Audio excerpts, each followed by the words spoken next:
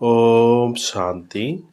இன்றைய சாக்கார முரளிலிருந்து பாபா கூறியுள்ள முக்கியமான கருத்துக்கள். முரளி தேதி 12/12/2024.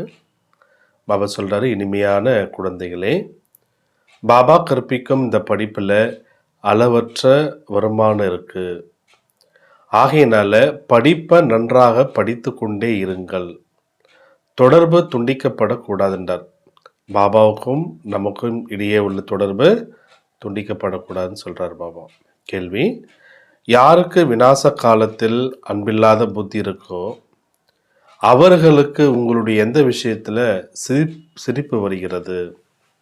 யாருக்கு விநாச காலத்தில் அன்பில்லாத புத்தியாக இருக்கோ அவர்களுக்கு உங்களுடைய எந்த விஷயத்தை கேட்டு சிரிப்பு வருகிறது? பதில்: நீங்கள் விநாசம் இப்பொழுது நெருங்கி விட்டது என்று சொல்லும் பொழுது அவர்களுக்கு சிரிப்பு வருதுன்றார் பாபா. பாபா இங்கே அமர்ந்து கொண்டிருக்கின்றார், ஆனால் இங்கேயே இருக்க மாட்டார். பாபாவுடைய வேலை என்ன? தூய்மையாக ஆக்குவது என்பதை நீங்கள் தெரிந்துள்ளீர்கள். தூய்மையாக ஆகிவிட்டால் இந்த பழைய உலகம் விநாசமாகும், புதியது வந்துவிடும். இந்த சண்டையே விநாசத்திற்காகவே ஆகும். நீங்கள் தேவதைகளாக ஆகிவிட்டீர்கள் என்றால் இந்த கலியுக மோசமான உலகத்தில் நீங்கள் வர முடியாது அப்படின்னு பாபா சொல்கிறார். அதனால் நம்மளுடைய எந்த விஷயத்தை கேட்டு விநாச காலத்தில் அன்பில்லாத புத்தி இருக்கக்கூடியவங்களுக்கு சிரிப்பு வருதுன்னு பாபா சொல்கிறாரு. விநாசம் இப்போ நெருங்கி விட்டது, இந்த விஷயத்தை நம்ம சொல்லும் பொழுது அவங்களுக்கு சிரிப்பு வருதுன்றார் பாபா. ஓம் சாந்தி. புதிய உலகம் ஸ்தாபனையாக வேண்டும். அதற்காக பாபா கண்டிப்பாக வந்துதான் ஆக வேண்டும் என்பதை குழந்தைகள் நீங்கள் புரிந்துள்ளீர்கள். 3 சித்திரங்கள் கூட இருக்கின்றார். பிரம்மாவின் மூலம் ஸ்தாபனை, விஷ்ணுவின் மூலம் வளர்ப்பு பாலனை, சங்கரின் மூலம் விநாசம். என செய்பவர் செய்விக்கக்கூடியவர் பாபா தான் அல்லவா? செய்பவர் செய்விப்பவர் ஒருவரே ஆவார். முதலில் யாருடைய பேர் வந்தது? யார் செய்கின்றாரோ அவருடைய பேர். பிறகு யார் மூலமாக செய்விக்கின்றார் என்பது வருகிறது. செய்பவர் செய்விப்பவர் என்று சொல்லப்படுகின்றது அல்லவா? பிரம்மாவின் மூலம் புதிய உலகத்தை பாபா ஸ்தாபனை செய்விக்கின்றார். சத்தியுகத்தில் தேவி தேவதைகள் தான் இருக்கின்றார்கள். வேறு யாரையும் நாம் தேவி தேவதைகள் என்று சொல்லப்படுவது இல்லை. உண்மையில் நாம் தேவி தேவதைகளாக இருந்தோம். அதனுடைய அடையாளங்கள் கூட இருக்கின்றன என்ற நினைவிற்கு குழந்தைகளாகி நீங்கள் இப்பொழுது வந்துள்ளீர்கள் என்றார். இஸ்லாமியர்கள், பௌத்தவர்கள், கிறிஸ்துவர்கள் போன்ற அனைவருக்கும் அவரவருடைய அடையாளம் இருக்கு. நம்முடைய ராஜ்யம் இருந்த பொழுது வேறு யாரும் இருக்கவில்லை. இப்பொழுது மற்ற அனைத்து தர்மங்களும் இருக்கு, ஆனால் நம்முடைய தேவதா தர்மம் மட்டும் இல்லை.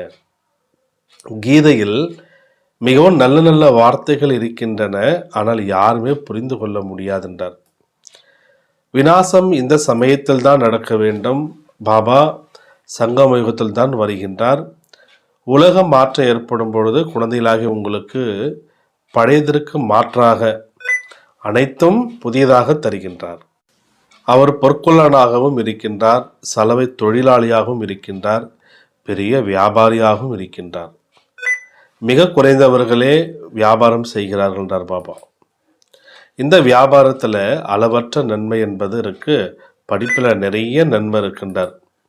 அதுவும் பிறவி பிறவியாக வருமானம் என்றார். பிறவி பிறவிகளுக்கான வருமானம். எனவே அப்படிப்பட்ட படிப்பை நீங்கள் நல்ல விதத்தில் படிக்கணுன்றார் பாபா. அப்படி பல ஜென்மங்களுக்கான வருமானம் என்பதில் இருக்கு. எனவே அப்படிப்பட்ட படிப்பை நீங்கள் நல்ல விதத்தில் படிங்க. படிப்பிப்பதையும் மிக எளிமையாக நான் படிப்பிக்கிறேன் என்றார் பாபா. நமக்கு பாபா சொல்லிக் கொடுக்கக்கூடிய இந்த படிப்பை ரொம்ப எளிமையாக நான் சொல்லிக் கொடுக்குறேன்றார். ஒரு வாரம் மட்டும் புரிந்து கொண்டு பிறகு எங்கு வேண்டுமானாலும் போங்க. உங்களுக்கு இந்த படிப்பின் முரளி கிடைச்சிக்கிட்டே இருக்கின்றார். பிறகு ஒருபொழுதும் தொடர்பு துண்டிக்கப்படாது. இது ஆத்மாக்கள் மற்றும் பரமாத்மாவுடனான தொடர்பாகின்றார் பாபா.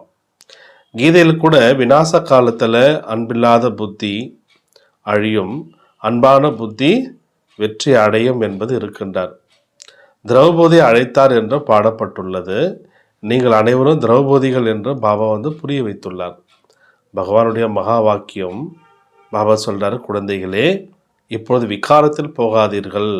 நான் உங்களை சொர்க்கத்திற்கு அழைத்து செல்கின்றேன். நீங்கள் தந்தையாகிய என்னை மட்டும் நினைவு செய்யுங்கள். இப்பொழுது விநாச காலம் அல்லவா? யார் சொல்வதையும் கேட்பதில்லை, சண்டையிட்டு கொண்டே இருக்கின்றார்கள். அவர்களுக்கு அமைதியாக இருங்கள் என்று எவ்வளோ சொல்கிறார்கள், ஆனால் அமைதியாக இருப்பதில்லை. தங்களுடைய குழந்தைகளிடமிருந்து விடுபட்டு யுத்த மைதானத்திற்கு செல்கிறார்கள். எவ்வளோ மனிதர்கள் இறந்து கொண்டே இருக்கின்றார்கள். மனிதர்களுக்கு எந்த மதிப்பும் இல்லைன்றார். மதிப்பு இருக்கிறது என்றால், மகிமை இருக்கிறது என்றால் அது இந்த தேவதைகளுக்குத்தான் இருக்கின்றார். இப்பொழுது நீங்கள் இப்படி ஆவதற்காக முயற்சி செய்து கொண்டிருக்கின்றீர்கள். உண்மையை சொல்வதென்றால் இந்த தேவதைகளை விடவும் உங்களுடைய மகிமை அதிகன்றார். யாருக்கு? பிராமணர்களுக்கு. நான் குழந்தைகளாகிய உங்களுடைய கீழ்ப்படிந்த சேவகனாகி வந்துள்ளேன் என்று பாபா கூறுகின்றார்.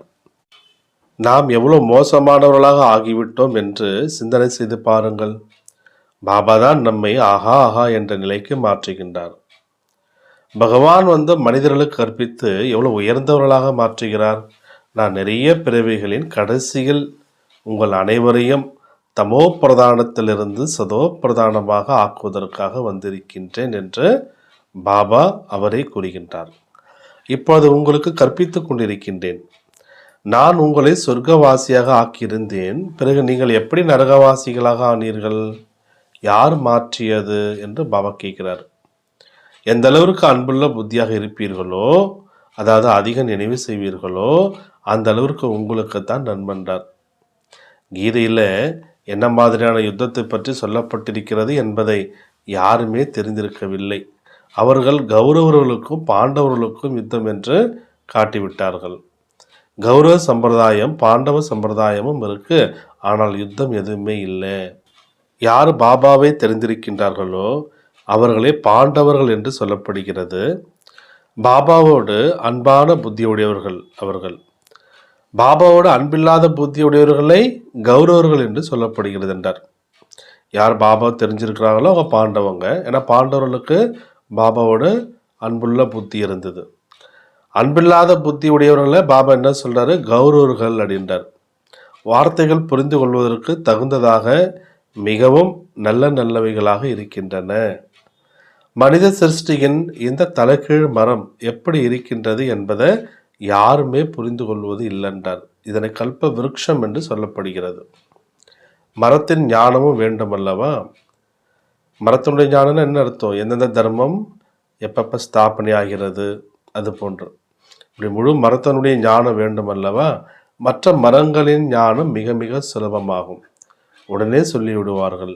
இந்த மரத்தின் ஞானம் கூட அதுபோல் சுலபமானது தான்டார். ஆனால் இது மனித மரமாகும். இது மனித மரமாகும். கடவுள் படைப்போர் என்று சொன்னால் கண்டிப்பாக உயிரோட்டம் உள்ளவர் தான் அல்லவா? பாபா சத்தியமானவர், உயிரோட்டம் உள்ளவர், ஞானக்கடலாக இருக்கின்றார். அவரிடத்தில் என்ன ஞானம் இருக்கு என்பதை யாருமே புரிந்து கொள்வதில்லை. பாபா தான் விதை ரூபமாக உயிரோட்டம் உள்ளவராக இருக்கின்றார். அவரிடமிருந்து தான் அனைத்து படைப்புகளும் வருகின்றன. மரத்தின் விதை உயிரோட்டம் முடியது என்றால் சொல்லும் அல்லவா? ஆனால் அது ஜடம். எனவே இப்போது குழந்தைகளாகி நீங்கள் தான் படைப்போர் மற்றும் படைப்பினுடைய ரகசியத்தை தெரிந்துள்ளீர்கள். இவர் சத்தியமானவர், உயிரோட்டம் உடையவர், ஞானக்கடலாக இருக்கின்றார். உயிரோட்டம் உடையவரிடம் பேசலாம் அல்லவா? மனிதருடைய உடல் அனைத்திலும் உயர்ந்த மதிப்பு மிக்கது என்று பாடப்படுகிறது. இதனுடைய மதிப்பை சொல்லவே முடியாதென்றார். நீங்கள் ஞானத்தை தாரணை செய்து ஞான மழை பொழியும் மேகங்களாக இருக்கின்றீர்கள். பாபா ஞானக்கடலாக இருக்கின்றார். அவரிடமிருந்து உங்களுக்கு ரத்தினங்கள் கிடைக்கின்றது. இவை ஞான ரத்தினங்களாகும். இந்த ரத்தினங்களின் மூலம் உங்களுக்கு அந்த ரத்தினங்களும் அதிகம் கிடைத்து விடுகிறது என்றார். லக்ஷ்மி நாராயணனிடம் பாருங்க, எவ்வளோ ரத்தினங்கள் இருக்கின்றன. வைடூரியங்களால் ஆன மாளிகைகளில் இருக்கின்றார்கள். பேரே சொர்க்கமாகின்றார். அதற்கு நீங்கள் எஜமானர்களாக ஆகின்றீர்கள். யாராவது ஏழைக்கு திடீரென்று பெரிய லாட்டரி கிடைக்கின்றது என்றால் பைத்தியமாகி விடுகின்றார்கள் அல்லவா? உங்களுக்கு உலக ராஜ்யம் கிடைக்குதுன்னா மாயை எவ்வளோ எதிர்க்குதுன்றார். மாயை எவ்வளோ நல்ல நல்ல குழந்தைகளை விழுங்கி விடுகிறது என்பதை இன்னும் போக போக உங்களுக்கு தெரிய வருன்றார். ஒரே அடியாக விழுங்கி விடுகிறது. நீங்கள் பாம்பை பார்த்திருக்கின்றீர்களா? தவளையை எப்படி பிடிக்கின்றது? முதலை யானையை விழுங்குகின்றது, பாம்பு தவளையை முழுவதுமாக விழுங்கி விடுகிறது என்றார். மாயையும் அப்படித்தான். குழந்தைகளை வாழ்ந்து கொண்டிருக்கும் பொழுதே பிடித்து ஒரே அடியாக முடித்து விடுகிறது. பிறகு அவர்கள் பாபாவுடைய பெயரையே உச்சரிப்பதில்லை என்றார். பாபாவுடைய பெயரையே உச்சரிக்காத அளவுக்கு ஆக்கிடுதென்றார். உங்களிடத்தில் யோக பலத்தின் சக்தி மிகவும் குறைவாக இருக்கின்றது. அனைத்தும் யோக பலத்தில் தான் ஆதாரப்பட்டிருக்கின்றார் பாபா. எப்படி பாம்பு தவளையை விழுங்குகின்றதோ அதுபோல் குழந்தைகளாகிய நீங்களும் முழு ராஜ்யத்தையும் எடுத்துக்கொள்கின்றீர்கள். முழு உலக ராஜ்யத்தை நீங்கள் வினாடியில் எடுத்துக்கொள்வீர்கள். பாபா எவ்வளோ சகஜமான யுக்தியை கூறுகின்றார். ஆயுதங்கள் எதுவும் இல்லை. பாபா ஞான யோகத்தினுடைய அஸ்திர சஸ்திரங்களை கொடுக்கின்றார். அவர்கள் ஸ்தூல ஆயுதங்கள் போன்றவற்றை கொடுத்து விட்டார்கள் என்றார். ஞான ஆயுதத்தை அவங்க ஸ்தூல ஆயுதமாக காண்பித்து விட்டார்கள். இந்த சமயத்தில் முழு உலகமும் குணமற்றதாக இருக்கின்றது. அதாவது ஒரு தெய்வீக குணம் கூட இல்லைன்றார். குணங்களை கற்றுக் கொடுக்கக்கூடிய பாபாவையே தெரிந்திருக்கவில்லை. அதனால விநாச காலத்தில் அன்பில்லாத புத்தி என்றும் சொல்லப்படுகிறது. இது கடைசி விநாசமாகும். பிறகு அரை கல்பத்திற்கு எந்த சண்டையும் நடப்பதே இல்லைன்றார். மனிதர்களுக்கு எதுவுமே தெரியல. இந்த பழைய உலகத்தில் எவ்வளோ ஆபத்துக்கள் இருக்கின்றன. இறந்து கொண்டே இருக்கின்றார்கள். பாபா இந்த சமயத்தினுடைய நிலையை கூறுகின்றார். இன்றைக்கு பாரதத்தின் நிலை எப்படி இருக்கிறது, நாளை பாரதம் என்னவாக இருக்கும், நிறைய வித்தியாசம் இருக்கு அல்லவா என்றார். இன்றைக்கு இது இருக்கு, நாளை நீங்கள் எங்கே இருப்பீர்கள்? முதலில் புதிய உலகம் எவ்வளோ சிறியதாக இருந்தது என்பதை நீங்கள் தெரிந்துள்ளீர்கள். அங்கே மாளிகைகளில் எவ்வளோ வைர வைடூரியங்கள் போன்றவை இருக்கின்றன. பக்தி மார்க்கத்தில் கூட உங்களுடைய கோயில்களில் என்ன குறைவாகவா இருக்கின்றார்? ஒரு சோமநாத் கோயில் மட்டுமா இருக்கும்? யாராவது ஒருவர் உருவாக்கினால் அவரை பார்த்து மற்றவர்களும் உருவாக்குவார்கள். ஒரு சோமநாத் கோயிலில் எவ்வளோ கொள்ளையடித்தார்கள். பிறகு தங்களுடைய நினைவு சின்னத்தை உருவாக்கியுள்ளார்கள். அப்பொழுது சுவர்களில் கற்கள் போன்றவற்றை வைக்கின்றார்கள். இந்த கற்களுக்கு என்ன மதிப்பு இருக்கின்றார்? இவ்வளோ சிறிய வைரத்திற்கு கூட எவ்வளோ விலை இருக்கின்றார். பாபா நகை வியாபாரியாக இருந்தார். யாரும் பிரம்மா பாபா. ஒரு குன்றுமணி அளவு வைரம் இருந்தது, 90 ரூபாய். அப்போ இப்போது அதனுடைய மதிப்பு ஆயிரக்கணக்கில் இருக்கின்றது. கிடைப்பதே இல்லை. மதிப்பு அதிகம் கூடிவிட்டதென்றார். இந்த சமயத்தில் வெளிநாடுகள் போன்ற இடங்களில் நிறைய செல்வம் இருக்கின்றது. ஆனால் சத்தியுகத்துக்கு முன்னாடி இதெல்லாம் ஒன்றுமே இல்லைன்றார். அந்த பக்கம் மிக அமைதியாக இறப்பார்கின்றார். எங்கள் சத்தியுகத்தில் எந்த கஷ்டமும் ஏற்படாது. மருத்துவமனைகள் போன்றவை இருக்காது. சேவை செய்வதற்கு அழுவதற்கு யாரும் இருக்க மாட்டாங்கன்றார். யார் இருப்பார்கள்? அங்கே இது போன்ற பழக்க வழக்கமே இருக்காது. இது போன்ற வழக்கமே இல்லை சத்தியுகத்தில் அழக்கூடிய அந்த வழக்கங்கள் எல்லாம். அவர்களுடைய மரணம் சகஜமாக நிகழ்கின்றது. இங்கே துக்கப்பட்டு இறக்கின்றார்கள். ஏன்னா நீங்கள் நிறைய சுகத்தை அடைந்துள்ளீர்கள். எனவே துக்கத்தை நீங்கள் பார்க்க வேண்டும். இரத்த ஆறு இங்கே தான் ஓடுன்றார். இந்த சண்டைக்கு பிறகு அமைதியாக ஆகிவிடும் என்று அவர்கள் புரிந்து கொள்கிறார்கள். ஆனால் அமைதியாகவே ஆகாதென்றார். வேட்டையில் மிருகத்தினுடைய இறப்பு வேட்டைக்காரனுக்கு மகிழ்ச்சி. அதுபோல் பாபா என்ன சொல்கிறார், விநாச காலத்தில் பார்த்தா எல்லாருக்கும் என்ன இருக்கும்? துக்கம்தான் இருக்கும். ஆனால் நமக்கு மட்டும் மகிழ்ச்சி இருக்குன்றார். இந்த காட்சிகள் அனைத்தும் கடைசியில் ஏற்படுன்றார். என்ன காட்சி அது? இவர் இப்படி ஆகின்றார். அது சத்தியத்தில் என்ன பதவி அடையப் போகின்றார்கள் என்ற இது போன்ற காட்சிகள் கடைசியில் ஏற்படுன்றார். பிறகு அந்த சமயத்தில் அழுவார்கள், நிறைய பச்சாதாபப்படுவார்கள், தண்டனை அனுபவிப்பார்கள், அதிர்ஷ்டத்தை நொந்து கொள்வார்கள். ஆனால் என்ன செய்ய முடிகின்றார்? இது 21 பிறவிகளுடைய லாட்டரி ஆகும். நினைவு வருகின்றது அல்லவா? காட்சி இல்லாமல் யாருக்கும் தண்டனை என்பது கிடைக்க முடியாது. நீதி விசாரணை குழு அமரும் அல்லவான்றார். அல்லது தாரணைக்கான முக்கிய சாரம் ஃபர்ஸ்ட் பாயிண்ட். தங்களுக்குள் ஞான ரத்தினங்களை தாரணை செய்து ஞான மழை பொழியும் மேகங்களாக ஆக வேண்டும். அதாவது ஞான ரத்தினங்களை தாரணை பண்ணி கடைபிடித்து எல்லோருக்கும் சொல்லணுன்றார். ஞான ரத்தினங்களின் மூலம் உலக ராஜ்யம் எனும் லாட்டரியை அடைய வேண்டும். Second point. இந்த விநாச காலத்தில் பாபாவிடம் அன்பு வைத்து ஒருவருடைய நினைவிலேயே இருக்க வேண்டும். கடைசி நேரத்தில் பச்சாதாபம் படும்படியான அல்லது அதிர்ஷ்டத்தை கெடுத்து கொள்ளும்படியாக எந்த கர்மத்தையும் செய்யக்கூடாது. வரதானம்: சதா சிநேகியாகி பறக்கும் கலையின் வரதானத்தை அடைந்து நிர்ணயிக்கப்பட்ட வெற்றி எனும் நினைவில் கவலையற்றவர் ஆகுக. சதா சிநேகியாகி பறக்கும் கலையின் வரதானத்தை அடைந்து நிர்ணயிக்கப்பட்ட வெற்றி எனும் நினைவில் கவலையற்றவர் ஆகுக. விளக்கம்: அன்பான குழந்தைகளுக்கு பாப்தாதாவிடமிருந்து பறக்கும் கலைக்கான வரதானம் கிடைத்து விடுகிறது. பறக்கும் கலை மூலம் பாப்தாதாவிற்கு அருகில் சென்று விட்டால் எப்படிப்பட்ட ரூபத்தில் மாயா வந்தாலும் உங்களை தொடக்கூட முடியாதுன்றார் பாபா. பரமாத்மாவின் குடைக்கு உள்ளே மாயாவினுடைய நிழல் கூட வர முடியாது. அன்பு முயற்சியை விளையாட்டாக மாற்றிவிடுன்றார்.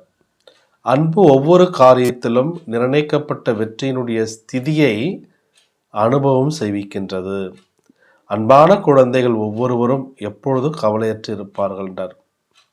ஸ்லோகன்: எதுவும் புதியது இல்லை என்ற நினைவின் மூலம் ஆடாது இருந்தால் மகிழ்ச்சியில் ஆடிக்கொண்டே இருப்பீர்கள் என்றார். ஓம் சாந்தி.